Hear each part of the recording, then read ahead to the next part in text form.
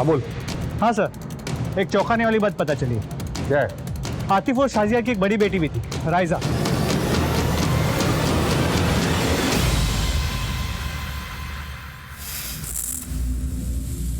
जी साहब। कहाँ है वो? उसका इंतकाल हो गया साहब। कैसे? मैं बताऊं? उसकी भी शादी 14 साल की उम्र में की थी। वो प्रेग्नेंट थी और उसी में उसकी मौत हो गई। शर्म आनी चाहिए तुम लोगों को। किससे शादी की थी उसकी? फहीम कुल्फी वाले से साहब।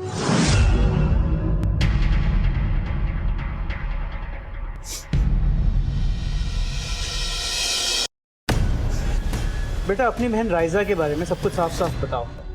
मेरी अम्मी अब्बू ने मेरी बहन राइजा की शादी कुल्फी वाले फहीम से करवा दी थी जब वो सिर्फ 12 साल की थी, और 10 महीने पहले जब वो 14 साल की हुई तो अरे क्या हुआ शाजिया? अरे बोला कि क्या हुआ राइजा को? राइजा की अब्बू, राइजा नहीं रही, हमारी बच्ची छोड़ के चली गई।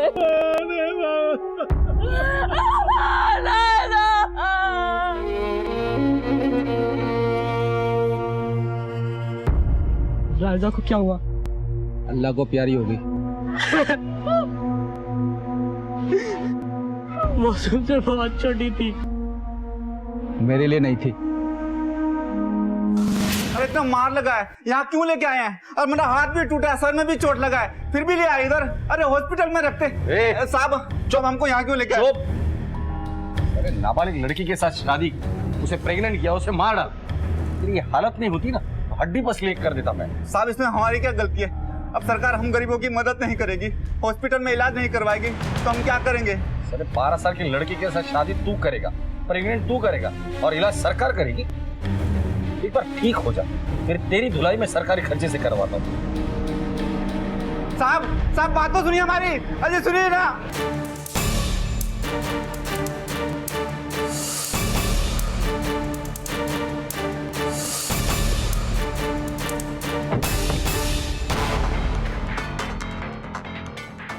आसपास के एरिया में बशर का स्केच दिखा के पूछताछ करो।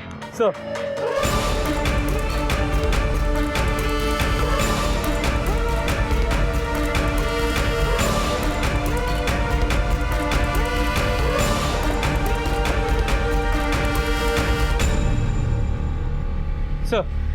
बशर के पोस्टर को आसपास के सभी थानों में और सभी एरियाज में सर्कुलेट किया, लेकिन कहीं से भी कोई लीड नहीं मिली। शादाब पर जब हमला हुआ था तब बशर के तीनों दोस्त जावेद, निसार और शाहिद ये कोचिंग क्लास में थे। शिंदे, मुझे लगता है कि कोचिंग क्लास के टीचर से हमें बात करनी चाहिए। कोई ना कोई लीड तो जरूर मिल जाएगा। अब नहीं बात मानो। एक प्लीज, नहीं एक और। नहीं सारी बात नहीं, एक और।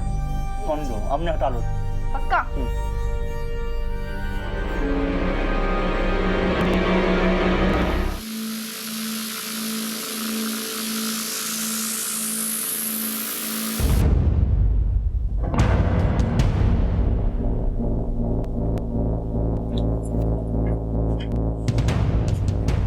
सना, जी सर।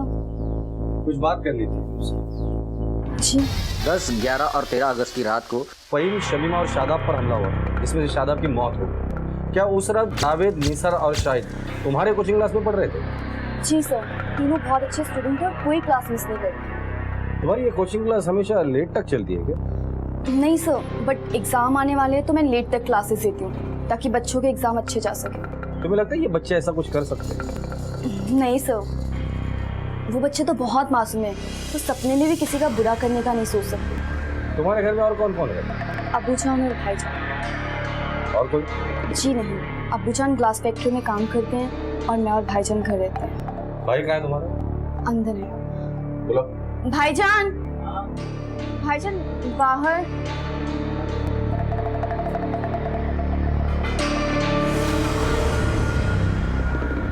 तुम कॉलेज वाले नहीं जाती क्या? जी नहीं, दरअसल कुछ साल पहले भाईजान का एक्सीडेंट हो गया था, उसके बाद मैंने कॉलेज आना बंद कर दिया। भाईजान कुछ काम नहीं कर सकते, इसलिए मैं घर पर ही रहकर अब्बूजान की मदद करती हूँ। तुम बुलेट के बारे में कुछ जानती हो? बुलेट? ये क्या है? मैं कुछ नहीं जानती।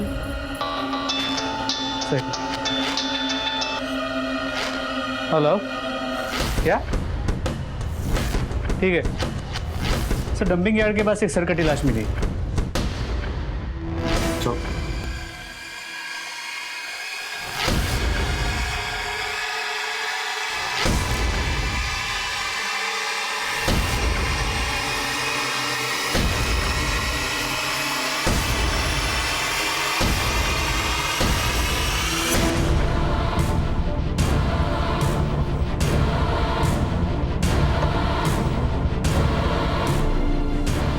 हटो रे, साइड दो। चलो। सर दोनों हाथों पे इंजरी मार्क्स, लगता है बच्चे को बांध के रखा था और मरने से पहले इसने काफी स्ट्रगल की। सर सब जगह छानबीन की, कुछ नहीं मिला। अगर ये लाश बशर की है तो इसकी शिनाख्त जीनत करेगी, क्योंकि बशर का जीनत के घर पे आना जाना था। इस जीनत को बुला कर लेकर आ। सर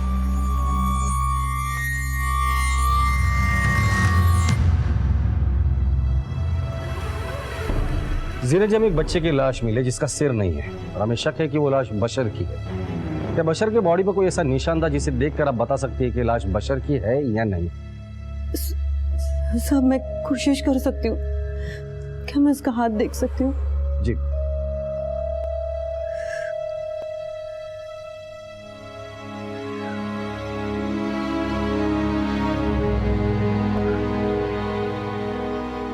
हमें इस लाश पे से कपड़े मिले, क्या इन कपड़ों को आप पहचानती हैं?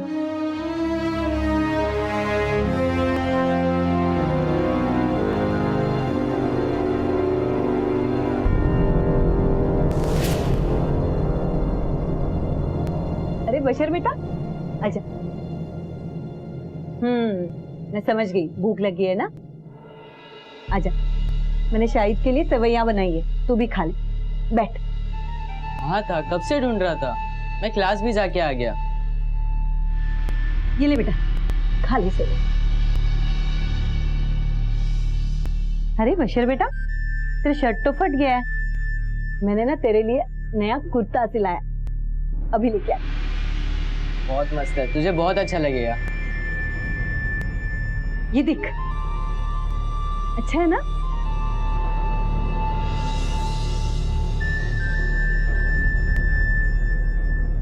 पसंद आया?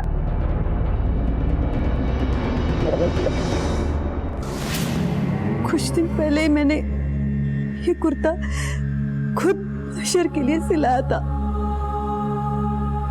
मेरी आपसे एक गुजारिश है, ये बात आप शाहिद को मत बताइएगा, सब उसे बहुत दुख होगा। मैं नहीं चाहती कि उसे कोई सदमा लगे। माफ कीजिए जीनत जी, पर मैं ऐसा नहीं कर सकता। बशर शाहिद के सबसे करीब था, इस सिलसिले में शाहिद से भी मुझे पूछताछ करनी ही पड़ेगी।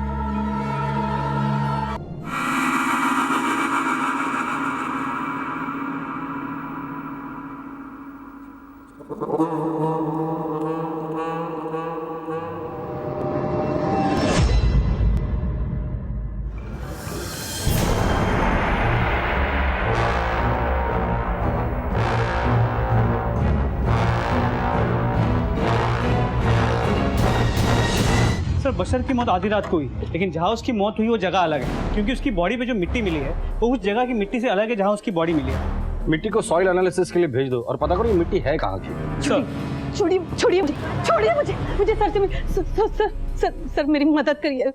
मेरा शाहिद का कुछ पता नहीं चल रहा है सर, पता नहीं वो कहाँ चला गया। खुदा के लिए मेरे शाहिद को ढूंढिए सर। कब से गायब है वो? करीबन कल शाम से 4-5 बजे से। कल शाम से वो गायब है और आज आप कंप्लेंट लिखाने आई है? सर मैं डर चुकी थी, सब बहुत परेशान थी सर, मुझे समझ में नहीं आ रहा था मैं क्या करूं। मैंने उसे सब जगह ढूंढा सर, वो कहीं नहीं मिला तो मैं आपके पास आ गई। शाहिद के डिटेल्स आप बाहर लिखवा दीजिए, हम उसे ढूंढने की कोशिश करें। जी शुक्रिया सर।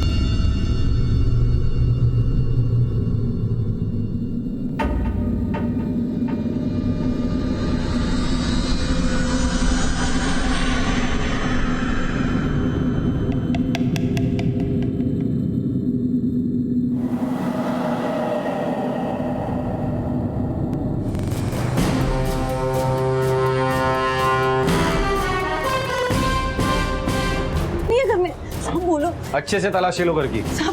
सब कुछ नहीं है, क्या ढूंढ रहे हो आप लोग? मैडम यहाँ पर कुछ नहीं है। सर ये देखिए शाहिद की किताब में क्या मिला। मेरी प्यारी सना, मैं तुमसे बहुत प्यार करता हूँ। मैं जब भी तुम्हें देखता हूँ पता नहीं कहाँ खो जाता हूँ। मैं तुम्हारे लिए कुछ भी कर सकता हूँ। तुम्हारी खुशी में ही मेरी खुशी है। देखना एक दिन मैं तुम्हें अपना बना कर ही रहूंगा। तुम्हारा शाहिद। क्या है ये सब? शायद ऐसा नहीं कर सकता साहब, वो ये सब ऐसे प्यार व्यार सब नहीं कर सकता साहब। मैं बोल रही हूँ ना, उसके साथ किसी ने मजाक किया होगा साहब, उसके किताब में ये सब लिखकर। मैं माँ हूँ साहब उसकी, मुझे पता है ना, वो ये सब नहीं कर सकता साहब। ये देखिए कागज मिले।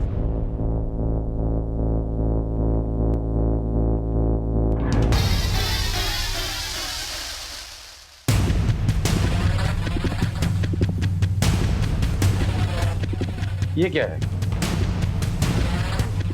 पता नहीं साहब, मैं नहीं जानती ये क्या है। शिंदे, इन कागज के टुकड़ों को जोड़ो। जैसे जैसे ये टुकड़े जुड़ते जाएंगे इस केस की कड़ियां भी जुड़ती जाएंगी। सर सुनिए ना साहब,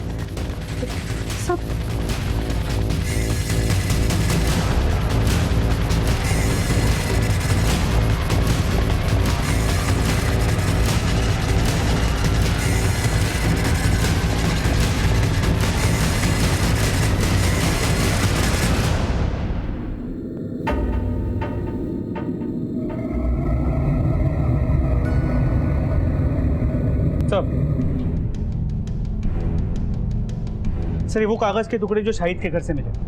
ध्यान से देखिए, हाथ से बनाए गए नक्शे जो किसी खास मकसद से बनाए गए। सर ये वो जगह है जहाँ पे फ़हीम पे हमला हुआ, ये वो जहाँ पे शादाब का मर्डर हुआ। दोनों नक्शों पे कोड इस्तेमाल किया गया। इससे ये पता चलता है कि हमले के वक्त कौन कहाँ रहे। सर ये देखिए, एन मतलब निसा, एस मतलब शाहिद, बी बशर, और सर ये दोनों नक्शों पे बुलेट भी लिखा गया। दोनों नक्शों के ऊपर होमवर्क गैंग भी लिखा गया। तो इससे ये साबित होता है कि बच्चे किसी गैंग के मेंबर हैं और उनके नाम का पहला अक्षर उनका कोड है। तगड़ी प्लानिंग की है ये वाली। दोनों नक्शों को हैंडराइटिंग एक्सपर्ट के पास एनालिसिस के लिए भेज दो, और जो नोट हमें क्राइम स्पॉट पे मिले थी उनकी हैंडराइटिंग और ये हैंडराइटिंग मैच करा। सर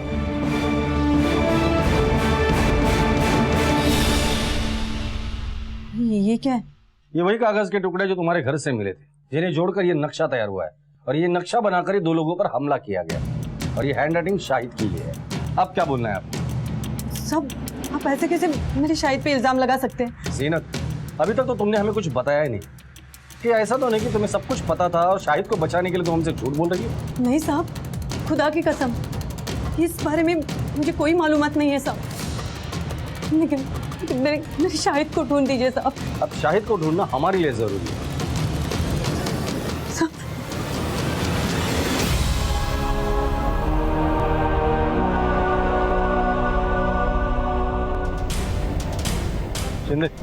जीनत के कॉल रिकॉर्ड निकालो और नजर रखो उस पर। बशर के बॉडी पे जो मिट्टी मिली थी उसके सॉइल एनालिसिस रिपोर्ट का क्या हुआ? तो लैब में टेस्ट जारी, उम्मीद है रिपोर्ट जल्दी आ जाएगी। ठीक है, अब जल्द से जल्द हमें जावेद और निसार तक पहुंचना है।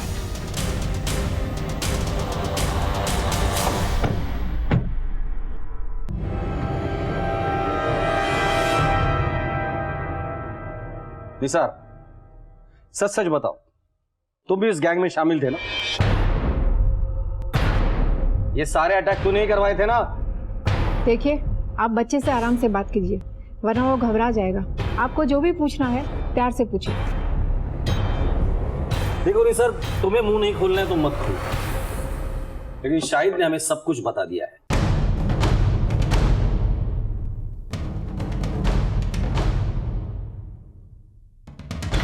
अगर तुम अपना मुंह खोलोगे तो हो सकता है कि हम तुम्हारी मदद करें।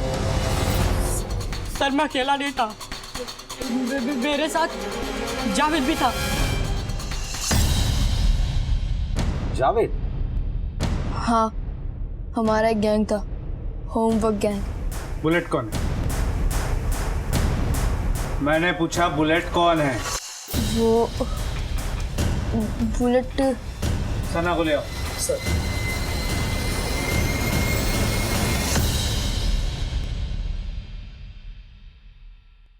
सर मैम के भाई का उस गैर कानूनी पटाखे की फैक्ट्री में उठ गया था।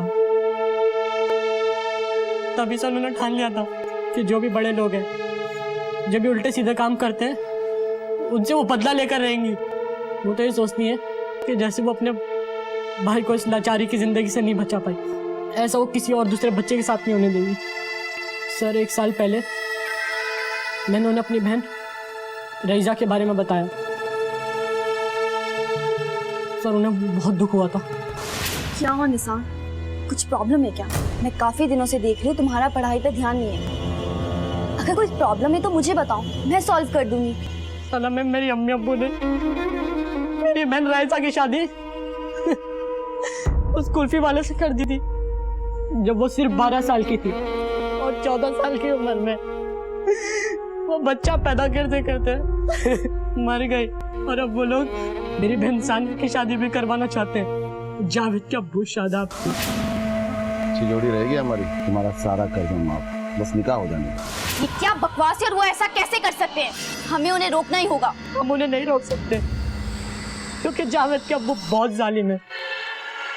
इसके बाप को तो सबक सिखाना ही होगा। और इस बारे में सना मैम ने हेडमिस्ट्रेस से बात भी की थी। तो सना मैम को लगता था कि वो पढ़ी लिखी है, शायद हमारी कुछ मदद कर पाएगी। वो हमारी टीचर है ना, इसीलिए हम उनसे मदद मांगने गए थे। ये मसला मैडम, निसार की बहन को आपकी मदद की जरूरत है। अगर आपने हेल्प नहीं की तो उसका भी वही हाल होगा जो रायसा का हुआ। तो इसमें मैं क्या कर सकती हूँ? इस सब से मेरा कोई मतलब नहीं है, और मैंने किसी की जिम्मेदारियाँ नहीं ली है। देखो, आई एम वेरी बिजी, तुम लोग जाओ यहाँ से। पर मैम, मेरी बात तो सुनिए। I said get out. Nisar, तुम टेंशन मत लो, तुम्हारी बहन को कुछ भी नहीं होगा, मैं वादा करती हूँ। आपने हमसे झूठ क्यों बोला था? यस सर, आई एक्सेप्ट कि मैंने आपसे झूठ बोला था, लेकिन हकीकत तो ये है कि मेरा इन सब से क्या लेना देना है। तो तुम्हारे होमवर्क गैंग का पहला निशाना फहीम कुल्फी वाला बना, बराबर? हाँ सर, हाँ, हमारी गैंग का पहला निशाना फहीम कुल्फी वाला बना। सर, जब रात को वो कुल्फी बेचकर अपने घर जा रहा था तो हमने उसका रास्ता रोका। सर, हम सबको यही लगता था कि जितने भी बड़े लोग हैं सब कुछ गलत कर रहे हैं, इसलिए सना मैम ने हम सब बच्चों को इकट्ठा किया और एक गैंग बनाई, होमवर्क गैंग। बस, अब बहुत हुआ। अरे, इन सबको सबक सिखाना ही पड़ेगा। हमारी जिंदगी कोई खिलौना नहीं जो जब चाहे आके कोई खेल जाए। और ये लड़का कौन है? मैम, ये मेरा दोस्त है शाहिद, इसे भी ग्रुप ज्वाइन करना है आपका। क्यों, है ना? क्यों, मदद करेगा ना हमारी? अरे बोल करेगा ना? देखा सना मैम, क्यों ना हम अपनी गैंग का नाम होमवर्क गैंग रखें? हाँ, होमवर्क गैंग। और आपका नाम बुलेट। बुलेट, ठीक है। क्योंकि आप जो भी बात कहना चाहती है वो इंसान को सीधा बुलेट की तरह लगनी चाहिए। उसे ऐसी बात समझ आए तो फिर दोबारा वो ऐसी गलती कभी ना करे, है ना? हाँ। ठीक है, मेरा नाम बुलेट और हमारी गैंग का नाम होमवर्क। ऐसा है तो 2 हाथ। चलो, अब अपन अपना काम बांट लेते हैं। निसार, तेरा काम है सब पर नजर रखना और इन्फॉर्मेशन लेना। और जावेद, तेरा काम है वो सारा सामान इकट्ठा करना जो भी मिशन में यूज होगा, ठीक है? और शाहिद, तेरा काम है मिशन की प्लानिंग करना, नक्शे बनाना, ठीक है? और इसीलिए तुम्हारा अगला निशाना तुम्हारी हेडमिस्ट्रेस बनी। हाँ। अब ये बताओ कि शाहिद ने तुम्हारा गैंग क्यों ज्वाइन किया? सर, वो चाहकर भी मना नहीं कर सकता था, क्योंकि वो सना मैम से प्यार करता था। उन्हें इम्प्रेस करने के लिए वो कुछ भी कर सकता था। और तुम्हारी वजह क्या थी गैंग ज्वाइन करने? मैं अपने बाप से नफरत करता था। गलत बुढ़ी लेके आया, कहीं ना कहीं मुझे अपना गुस्सा निकालना ही था, इसीलिए सोचा कि इसी बहाने लोगों को सही रास्ते पे ले आऊंगा। आपकी बेटी सना कहाँ है? वो बाजार गई है साहब, लेकिन अभी अब तक तो उसे आ जाना चाहिए था। आई क्यों नहीं अब तक? अल्लाह करे सब खैरियत से हो। अगर आपकी बेटी अब तक घर नहीं आई तो आपने उसे फोन करके पूछा नहीं कि अब तक वो कहाँ है? किया था साहब, और उसका फोन बंद आ रहा है। जैसे वो आए हमें इन्फॉर्म करो। ये ऐसा तो नहीं कि सना इसलिए भाग गई है क्योंकि उसे पता चल गया था कि हम लोग उससे पहुंचने वाले हैं। तो सना के घर के आसपास पूछताछ की, सभी का कहना है कि वो सीधी सारी और अच्छी लड़की है, सब उसे पसंद करते थे। लेकिन बच्चों की बात माने तो सना ही बुलेट थी, उसने गैंग ही बच्चों के लिए शुरू की थी। तो फिर बशर को किसने मारा? पहले तो सिर्फ बड़े लोगों पर हमले होते थे, अब बच्चे भी टारगेट होने लगे। शिंदे, इस सना के मोबाइल की आखिरी लोकेशन क्या थी ये पता? जी सर। हेलो, ठीक है सर। बशर की बॉडी पे जो सॉइल सैंपल्स मिले थे उसकी एनालिसिस रिपोर्ट आ गई। वो मट्टी अक्सा गांव की।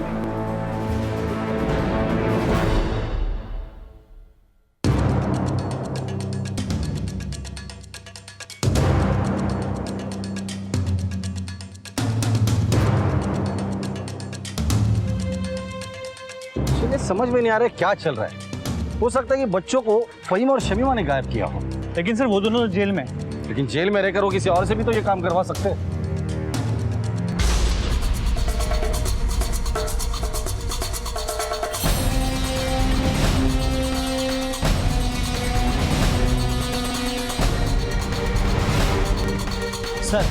सर सना की लास्ट लोकेशन पता चल गई है, मलाड ट्रिक के पास।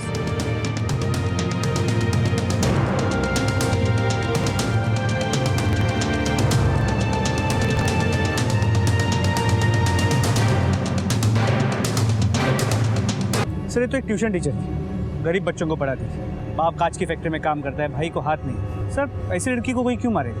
वो जो कोई भी है बहुत ही जल्द हमारे गिरफ्त में होगा। बॉडी को पोस्टमार्टम के लिए भेज दो। बशर तुम्हारे गैंग का मेंबर था ना? हाँ सर, वो ना चाहते हुए भी हमारी गैंग का मेंबर बन गया था। शाहिद उसका बहुत ख्याल रखता था और वो भी, बशर भी हमेशा उसके आगे पीछे घूमता रहता था सर। धीरे धीरे वो हमारी मदद करने लग गया था, हमारा हिस्सा बन गया था सर वो। और फिर अचानक एक दिन हमारी गैंग में दरार पड़ गई जब जावेद के अब्बू मेरी बहन सानिया से निकाह करने वाले थे। सब पता चल गया है मुझे जावेद, तेरा अब्बू मेरी बहन से शादी करना चाहते हैं ना। ये सब कुछ गलत है, हमें उन्हें सबक सिखाना होगा। देख निसार, एक लफ्ज भी मेरे अब्बू के खिलाफ कहा ना तो मुझसे बुरा कोई नहीं होगा। देख जावेद, सना मैम ने क्या कहा था? हमारी गैंग का उसूल ये है, अगर कोई बड़ा गलती करता है तो उसे सजा जरूर मिलनी चाहिए। और जो मेरी बहन के साथ हो रहा है ना, सब गलत है।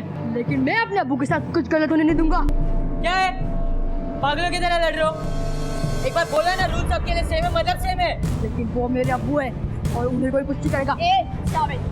मेरी बात ध्यान से ठंडे दिमाग से सुन। जब हमारी गैंग बनी थी तो ये भी रूल बना था, चाहे वो कोई अपना भी हो उसके लिए सेम रूल होंगे। And rules are rule.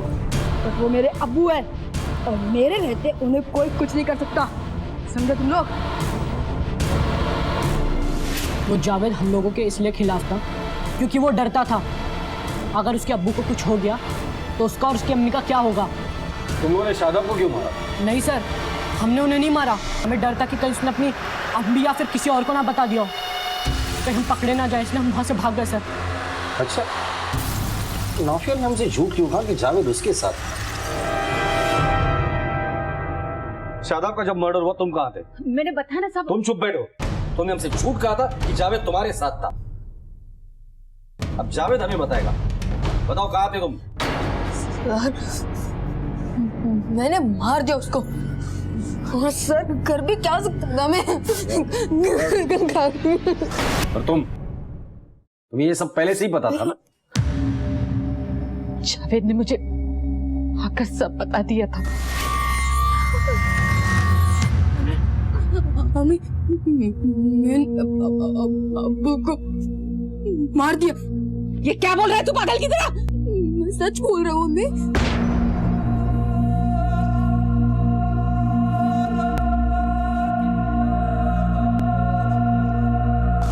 लेकिन मैं एक माँ हूँ, अपने सामने अपने बच्चे को जेल में जाते हुए नहीं देख सकती थी।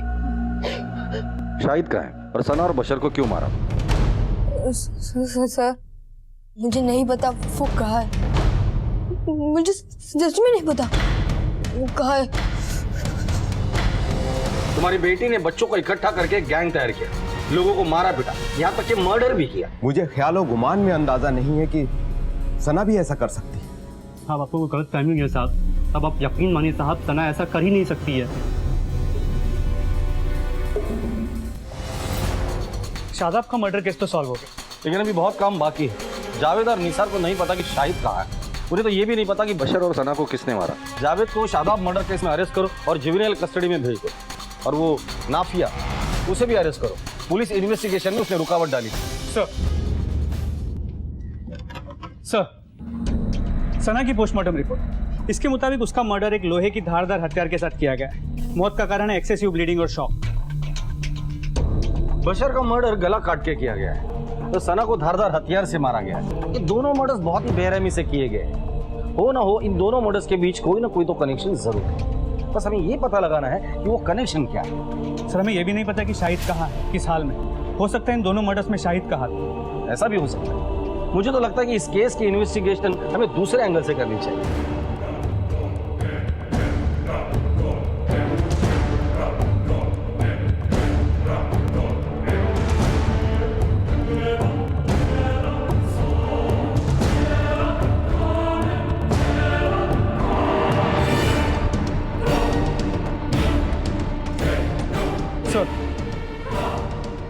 कंस्ट्रक्शन कंपनी ने दी हुई वर्कर्स की लिस्ट है जो उस कंस्ट्रक्शन साइट पे काम करते हैं। सर ये नाम देखिए,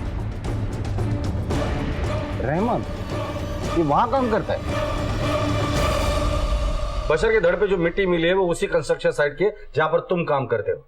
इसका मतलब बशर का मर्डर तुम्हारे कंस्ट्रक्शन साइट पे हुआ है। साहब मैं तो कांच की फैक्ट्री में काम करता हूँ, मेरा बेटा वहाँ काम किया करता है। लेकिन अटेंडेंस रजिस्टर पे तुम्हारा साइन। साहब वो मेरे बेटे का एक हाथ नहीं है ना, इसलिए उसकी जगह मैं दस्तखत किया करता था। साहब हम गरीब लोग हैं, अब इस महंगाई के ज़माने में अगर मिलजुल कर सब लोग काम नहीं करेंगे तो घर का खर्च कैसे चलेगा। इसीलिए हबीब ने दोबारा काम करना शुरू किया, लेकिन हमने ये बात सना को छुपा कर रखी थी, क्योंकि अगर उसको ये बात पता चल जाती तो वो अपने भाई को काम नहीं करने देती। इसीलिए हबीब सना से छुप छुपा कर काम करने के लिए जाया करता था। तुम्हारे बेटे का तो एक हाथ नहीं है, तो कंस्ट्रक्शन साइट पे वो क्या काम करता था? वहाँ उसके ही हिसाब का काम दिया जाता था साहब। हबीब तो अपाइज था, कंस्ट्रक्शन साइट पे वो क्या काम करता था? सर सच बताऊं तो बड़ा दुख होता था उसे काम करता हुआ देखकर। उसके पिताजी आए थे हमारे पास कि बच्चे को काम पे रख लो, अपाहिज है लेकिन काम करना चाहता है, पैसे सबको चाहिए, तो हल्का फुल्का काम हम उससे ले लेते थे। हबीब? हाँ साहब, हम कुछ दिन पहले देखा था हबीब को, एक ही हाथ से जमीन में खड्डा खोद रहा था। हमें लगा ये कुछ अजीब सी बात है, फिर हमने ज्यादा ध्यान नहीं दिया। हमें लगा कि शायद वो ये दिखाना चाहता है कि हम किसी से कम नहीं। कहाँ खोद रहा था गड्ढा? सर वो पेड़ के पास।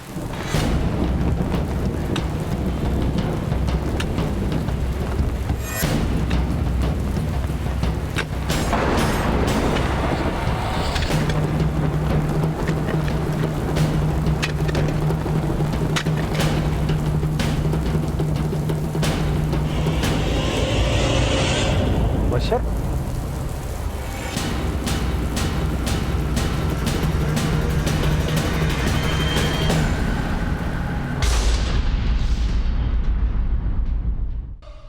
हबीब से मिलना है। वो तो घर पर नहीं है सर। कहाँ गया? क्या पता कहीं गया होगा इधर उधर। उसका नंबर दीजिए। नंबर लो।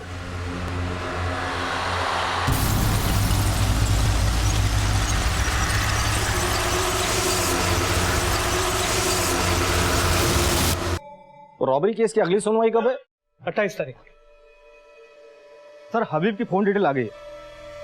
उसका फोन अभी चालू है, किसी धारावाली गांव में है। सर उसका फोन अभी भी चालू है, मतलब उसे इस बात की भनक नहीं है कि हम उसके नंबर को ट्रेस कर रहे हैं। कोई ऐसा नंबर है जिसके साथ वो रेगुलर कांटेक्ट में? जी हाँ सर। सर एक नंबर ये है जिसके रेगुलर कांटेक्ट में था, और सर इसका नाम है सुरेश और ये तांत्रिक है। शिंदे, इस तांत्रिक को तुम संभाल, हबीब की खबर मैं लेता हूँ।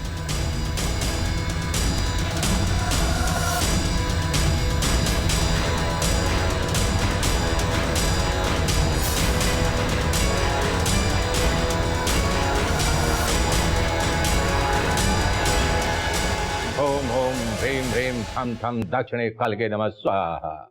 ओम क्रीं क्रीं क्रीं ओम ओम ह्रीं ह्रीं ठम ठम दक्षिणे कालके नमः स्वाहा।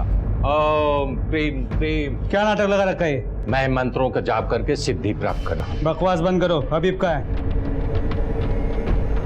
मैं किसी हबीब को नहीं जानता। देखो इतना तो हमें पक्का पता है तुम हबीब से मिलते थे। बताओ हबीब कहाँ है?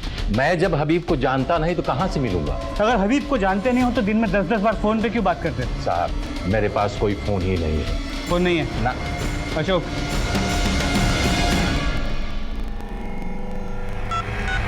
ओम क्रीम क्रीम होम होम ह्रीम ह्रीम ठम ठम दक्षिणे काल के नमः स्वाहा। बकवास बंद करो।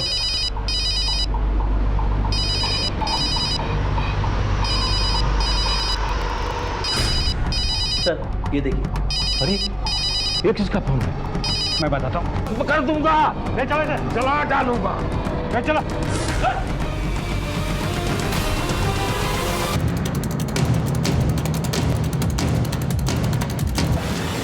मैंने कुछ नहीं किया साहब। हमें अंदाजा नहीं था इस कांड के पीछे तू होगा। ले चलो इसे। शिंदे, फौरन यहाँ एक एम्बुलेंस भेज दो। अरे मेरा क्या कसूर था जो उस पटाखे की फैक्ट्री के ब्लास्ट में मेरा हाथ उड़ गया? मुझे अंदर अंदर घुटन होती थी। मैं सोचता था कि आम जिंदगी क्यों नहीं जी सकता हूं। मैं जानता था कि मैं कुछ नहीं बदल सकता। मुझे इस बात का अंदाजा था। हाथ ना होने की वजह से मुझे कोई नौकरी नहीं देता था, मुझे कोई काम पे नहीं रखता था और मुझे नफरत होने लगी थी अपने आप से। एक दिन वो बिल्डिंग का सुपरवाइजर मनोज, उसने मुझे बुलाया। उसने कहा कि तुम्हारे लायक कुछ काम है। काम करेगा? जी करूंगा ना साहब। पैसे वैसे कमाने हैं? कमाने हैं साहब। अच्छा मेरी बात ध्यान से सुन। तो ये जो बिल्डिंग देख रहा है ना, ये सारी बिल्डिंग, इस सारी बिल्डिंग का सेठ है, यानी कि मालिक, वो चाहता है कि यहाँ पे एक बलि दी जाए ताकि यहाँ पर ये जमीन सोना उड़े, पैसे निकले यहाँ से, बरसात हो पैसों की। आई बात समझ में? हाँ। तो तू अगर एक ऐसा बच्चा ले आता जिसके आगे पीछे कोई ना हो, अकेला हो, अनाथ हो, उस बच्चे की हम बलि यहाँ दे देंगे और उसके बाद पैसों की बरसात होगी, खूब धन वर्षा होगी, तेरी जेब पैसों से भर जाएगी। समझ रहा है ना? करेगा ना? करूंगा सर। आज से धंधे पे लग जा और जैसे ही तुझे कोई ऐसा बच्चा मिलता है जिसके आगे पीछे कोई नहीं, मुझे दिला कर और हम उसकी बलि देंगे। उसके बाद तेरी जेब नोटों से भर जाएगी। चलेगा? चलेगा। पैसों के लालच में मैंने हाँ कर दिया। फिर मेरी नज़र बशर पे पड़ी। मैंने देखा कि बशर के ना कोई आगे है ना कोई पीछे है और बशर का आना जाना शाहिद के घर पे बहुत ज़्यादा था।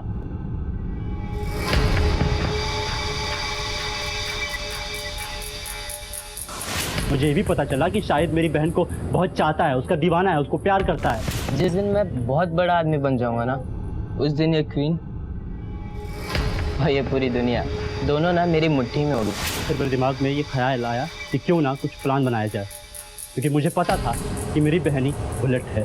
बशर बहुत घबराया हुआ है और पुलिस भी इसके पीछे पड़ी है और पुलिस को भी इस पे शक है और अगर ये पकड़ा गया ना तो हम में से कोई नहीं बचेगा। ये सब बर्बाद हो जाएगा। अब तुम ही बताओ बशर का क्या करें? मैंने कहा ना टेंशन लेने की जरूरत नहीं है, मैं देखूंगी मुझे क्या करना है। सब इसकी लापरवाही की वजह से हुआ है। शायद तुम इतनी बड़ी गलती कैसे कर सकते हो? मैंने मना किया था ना इसको गैंग में मत लो, फिर भी तुमने लिया। अब देखना पुलिस को जब पता चलेगा तो हम सब फंसेंगे। शाहिद सना को बहुत चाहता था और जब ये बात मुझे पता चली तो मैंने सोचा क्यों ना शाहिद को सही समय पे इस्तेमाल किया जाए। उसने मुझसे कहा कि उसे पता है कि सना ही बुलेट है और वो हमारी मदद करना चाहता है। देख भाई शाहिद, मैं जानता हूँ कि तू सना को बहुत चाहता है, तेरी आंखों में दिखता है वो, लेकिन सना तुझे नहीं चाहती है। हाँ मेरे पास एक तरीका है, अगर तू मेरे बताए रास्ते पे चलेगा तो सब कुछ तेरे हाथ में हो जाएगा। सना भी तुझसे मोहब्बत करेगी। बोल, करेगा? उसने मुझे बताया कि उसे प्लान के लिए बशर की ज़रूरत है और मैंने बशर को उसके साथ जाने के लिए मना लिया। तो घबरा मत, मुझ पर यकीन है ना? तो जिस तरह मुझ पर यकीन है इन पे भी कर। हम दोनों का मकसद एक ही है, जा इनके साथ। मुझे नहीं पता था कि हबीब बशर की बलि चढ़ा देगा तांत्रिक के हाथों। हाँ हाँ, आधी रात को हबीब उस बच्चे को लेकर मेरे पास आया था और मैंने उसकी बलि चढ़ा दी। कंस्ट्रक्शन वाली बिल्डिंग की जगह उसकी नींव में उसका सर दफन कर दिया। जब बशर की लाश बरामद हुई और ये बात शाहिद को पता चली तो वो डर गया, भाग निकला। हमने शाहिद को बहुत खोजा, वो नहीं मिला। फिर एक दिन मैंने और सुरेश ने उसे पकड़ लिया। कितने अफसोस की बात है तुम्हारी बहन ने जिस वजह से गैंग शुरू की थी उसकी पहली वजह तुम थे, क्योंकि उसे लगा कि तुम्हारे साथ नाइंसाफी हुई, किसी और के साथ नाइंसाफी ना हो, इसलिए उसने बच्चों का साथ दिया था और तुमने उसे ही मार डाला। क्यों मारा अपनी बहन को? नहीं साहब, मैंने नहीं मारा साहब। साहब मेरा यकीन करिए साहब, मैंने नहीं मारा है सना को। तू ऐसे नहीं मुझे जादव, इसे अच्छे से पूछताछ करना। ये हबीब मुंह नहीं खोल रहा है। हबीब को इतना तोड़ा, उसका एक ही कहना है कि सना के मर्डर के बारे में वो कुछ नहीं जानता। कंस्ट्रक्शन साइट के ओनर और सुपरवाइजर भी कस्टडी में है, उनका भी यही कहना है कि सना के मर्डर के बारे में उन्हें कुछ नहीं पता। अगर किसी को कुछ नहीं पता तो फिर सना को मारा किसने? सर ये सना मर्डर केस तो कुछ आगे बढ़ ही नहीं रहा। शिंदे, सना के पोस्टमार्टम रिपोर्ट में साफ लिखा है कि सना का मर्डर किसी धारदार हथियार से किया गया था, जिसको 2 ब्लेड्स थे। 2 ब्लेड्स? ऐसा कौन सा हथियार हो सकता है? ये तो मैं भी सोच रहा हूँ कि 2 ब्लेड्स।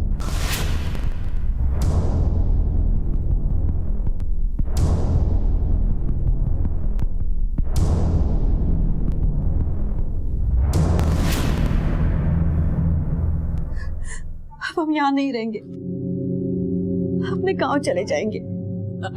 संभाल के बेटा, संभाल के। या अल्लाह, ये सब क्या हो रहा है? अपने बच्चे का भविष्य बनाने हम यहाँ आए थे और इस जगह ने तो हमें बर्बाद ही कर दिया। संभाल के बेटा। इंस्पेक्टर साहब, शाहिद, तुमने और तुम्हारे दोस्तों ने जो किया वो गलत था। बशर के मर्डर केस में तुम भी इन्वॉल्व, इसलिए जुवेनाइल कस्टडी लेकर जाने के लिए हम लोग आए हैं। अशोक, अम्मी, अम्मी, अम्मी बचा, अम्मी, अम्मी, अम्मी बचा। कुछ बातें तुमसे भी पूछनी है, ले चलो इसे। लेकिन सुनिए तो साहब। हाँ, मैंने ही जान ली थी सना की, मार दिया था उसे। मैंने मेरे बच्चे के शाहिद के गद्दे के नीचे से वो उल्टे सीधे लव लेटर्स देखे थे।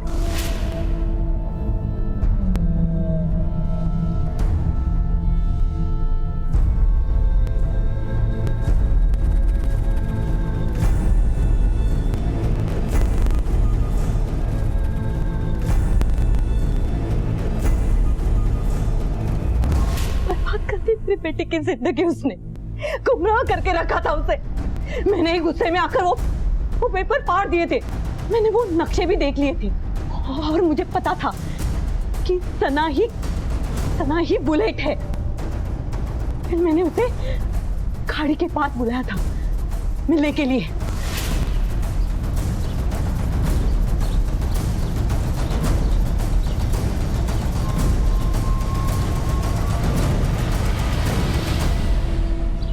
मेरा शाहिद कहाँ है? मुझे नहीं पता वो कहाँ है। तुझे नहीं पता? मुझे पता है कि तूने ही मेरे बेटे को इन झंझटों में फंसाया है। बता मेरा शाहिद कहाँ है? मेरा यकीन मानिए, मुझे नहीं पता। देख, मुझे सब पता है और मैं उसकी माँ हूँ और मुझे जानने का पूरा हक है कि मेरा बेटा कहाँ है और किस हाल में है। मुझे बता मेरा बेटा कहाँ है? मुझे कैसे पता होगा आपका बेटा कहाँ है? देख, वो कहीं नहीं मिल रहा है। मैं टीचर हूँ, मैं उनको पढ़ाती हूँ, ये नहीं देखती कि वो कहाँ है। मुझे पता है ना, तू टीचर है और क्या सिखाती है उसको। मुझे नहीं पता आपका बेटा कहाँ है। नहीं पता, मैंने उसे मार दिया। मारना ही चाहिए था उसे। मैं मारना नहीं चाहती थी उसे, लेकिन वो मर गई मेरे हाथों से। मेरे बेटे की जिंदगी बर्बाद की। साहब, मैं मेरे बच्चे को पढ़ाना चाहती थी, बड़ा आदमी बनाना चाहती थी, लेकिन उसने हमारी जिंदगी बर्बाद की। उसे मरना ही चाहिए था, मरना ही चाहिए था उसे, मरना ही चाहिए था। ज़ीनत, अपराधियों को सजा देना कानून का काम है। माना कि तुमने ये सब अपने बेटे की खुशी और उसके उज्जवल भविष्य के लिए किया, लेकिन जब तुम्हें वो लेटर्स और नक्शे मिले थे तब तुम्हें पुलिस के पास आना चाहिए, पर तुमने ऐसा नहीं किया। तुम्हारी इसी गलती की वजह से तुम्हारा और तुम्हारे बेटे का भविष्य बर्बाद हो गया।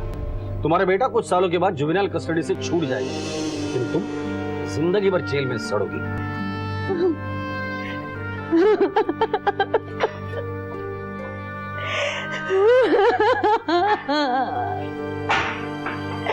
मेरा बच्चा।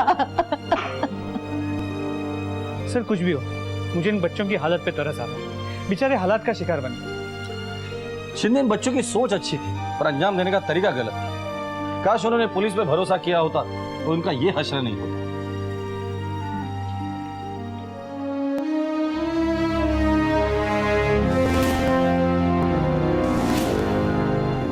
माफ कर दो अम्मी, अगली बार आपको शिकायत का बिल्कुल मौका नहीं दूंगा।